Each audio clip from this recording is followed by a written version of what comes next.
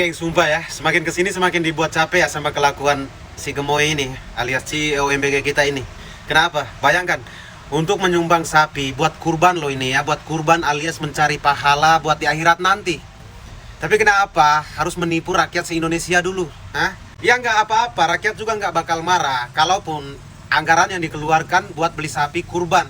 Tapi nggak usah juga mengklaim atas nama pribadi, wo. Malulah, itu bukan uang dari kantong pribadimu, wo. Itu uang APBN alias uang pajak dari rakyat ini. Masa kalau buat kurban klaim atas nama pribadi, tapi kalau berhutang klaim atas nama rakyat Indonesia? Kenapa nggak tulis atas nama rakyat Indonesia aja di badan sapi-sapi itu? Udah gitu, bukannya salat Idul Adha bareng sama rakyatnya sendiri di negeri sendiri, ya malah pergi jauh-jauh ke Paris. Mau honeymoon kah? Dolar udah mau 18.000, ntar lagi mau ke 20.000. Bangun, woi. Hidup Jokowi!